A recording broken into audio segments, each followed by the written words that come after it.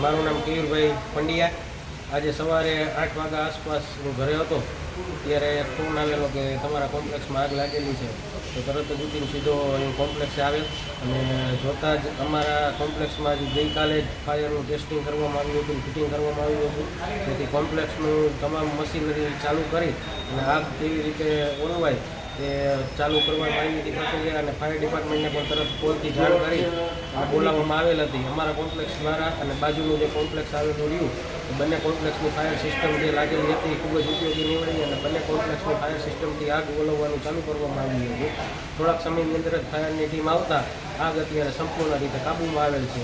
મારી મોરબીના તમામ વાસીઓને એક જ અપીલ છે કે તમે જે એપાર્ટમેન્ટમાં રહેતા હોય, જે કોમર્શિયલ કોમ્પ્લેક્સમાં રહેતા હોય, જાનહાનિ તમારે જો ટાળવી હોય તો તમારા કોમર્શિયલ કોમ્પ્લેક્સમાં અને તમારા રેસિડેન્શિયલ એપાર્ટમેન્ટની અંદર ફાયર સિસ્ટમ જરૂર શૂટિંગ કરાવો અને ઓપરેટ કરો અને બધા એની ટ્રેનિંગ લો. ખરેખર અત્યારના સમયમાં ખૂબ જ જરૂરી વસ્તુ છે. મારું નામ Devendrasinh Jadeja, chief fire officer Morbi મહાનગરપાલિકા.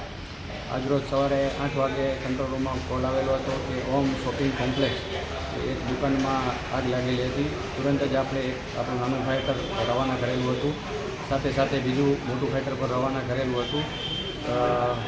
અહીંયા જે એક દુકાન છે એના ખૂણામાં જે સામાન પડેલો હતો અને ત્યાં જે કોમ્પ્લેક્સની કોમન મૂકેલી છે ત્યાં આગળ એક આગ લાગેલી હતી.